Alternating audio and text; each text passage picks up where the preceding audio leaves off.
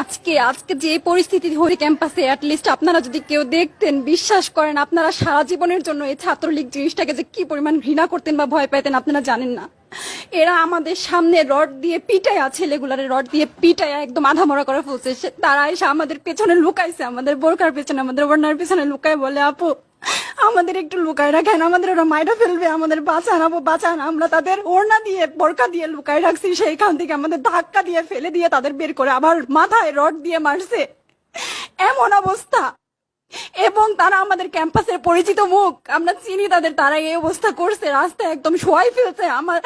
আমাদের হলের মেয়েদের বুকে বড় বড় যে আসতো ইট, এই ইট গুলা বুকে ফেঁকে দিছে, মানে একদম পুরো বুকে লাগছে, এরকম জামা কাপড় ছিঁড়ে ফেলছে, এত বাজে অবস্থা। অথচ আমার ব্যাচমেট, আমরা যাদের সাথে ক্লাস করি একসাথে বসি, আমি তাদের একটা কথা বলতে দেখি না এগুলা নিয়ে, একটা কথা না। এবং তাদের নিউজ ফিডে গেলে দেখবেন তারা এখন এগুলাই সাপোর্ট করে যাইতেছে, কিচ্ছু বলার নাই। আমি আমি কেমনে যাই এই মানুষগুলোর সাথে, এত বছর ক্লাস করছি, বা আমি আরো 6টা মাস কিভাবে ক্লাস করবো আমি জানি না, আমি সত্যি জানি না।